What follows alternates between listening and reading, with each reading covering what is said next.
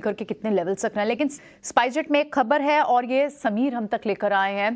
Indigo के जो पूर्व प्रमोटर थे वो एक साइजेबल स्टेक खरीद सकते हैं इस कंपनी में, और जिसके चलते इतनी बड़ी मूव दिख रही है। समीर से पूरी खबर समझते हैं पहले।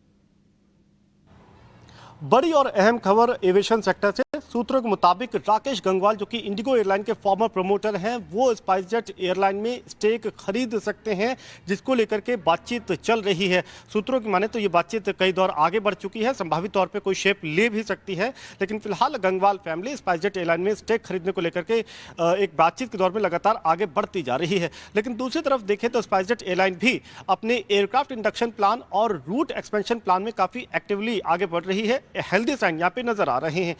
जहां तक रही एयरक्राफ्ट इंडक्शन की बात, तो एयरलाइन ने सितंबर 2023 इसी साल से 10 बोइंग 737 एयरक्राफ्ट इंडक्ट करने के लिए प्लान पर कदम आगे बढ़ाने शुरू कर दिए थे। ये जो 10 बोइंग 737 एयरक्राफ्ट है, इनमें से 3 बोइंग 737 एयरक्राफ्ट स्पाइसजेट के बेड़े में शामिल भी हो गए हैं। फिलहाल वो उड़ान भर रहे हैं स्पाइसजेट के साथ में।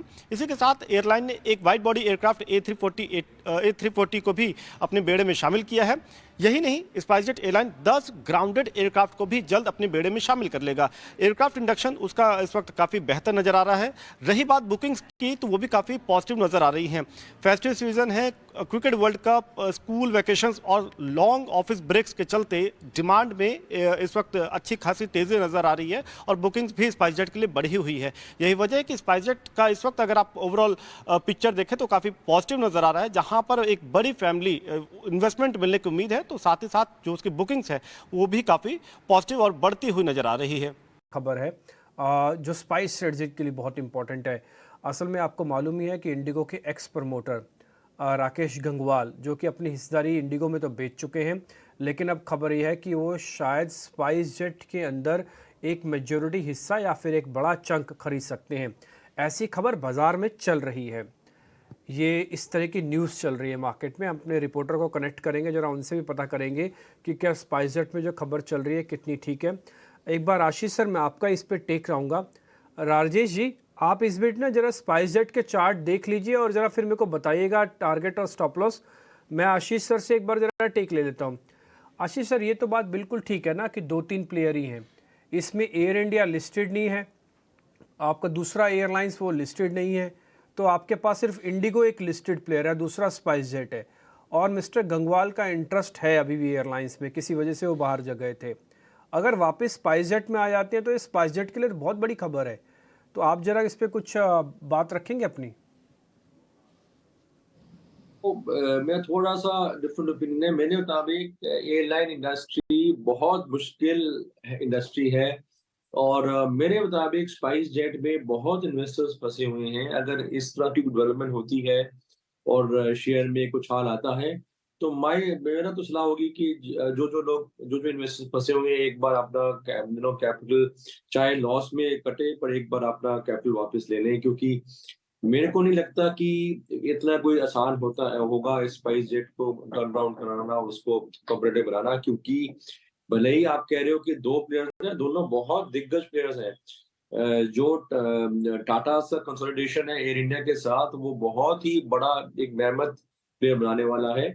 टाटा एयर इंडिया और विस्तारा का जो कॉम्बिनेशन होगा, और दूसरी तरफ से इंडिगो का जिस तरह से डेवलपमेंट हुआ है, जिस तरह से उन्होंने अपने आप को स्प्रेड किया है, मेरे को नहीं लगता कि तीसरा कोई प्लेयर इस अब एविएशन इंडस्ट्री इंडिया में प्रॉफिटेबल या ग्रो कर सकता है, क्योंकि दोनों के मिलाकर शेयर बहुत ज्यादा है और दोनों ही बहुत दिग्गज और पावरफुल प्लेयर्स हैं। तो मेरे को नहीं लगता कि तीसरा प्लेयर कोई इसमें कैपिटल क्रिएट कर सकता है या इतनी कोई ग्रोथ दिखा सकता है। तो मेरा तो सिंपल ओपिनियन है कि वैसे ही बहुत इन्वेस्टर्स में फंसे हुए हैं, किसी वजह से अगर इसमें उछाल आता है तो it's a very good news. उसमें आप डेफिनेटली अपना कैपिटल बुक करिए और अपना कहीं और जो रकम है कहीं और लगाइए।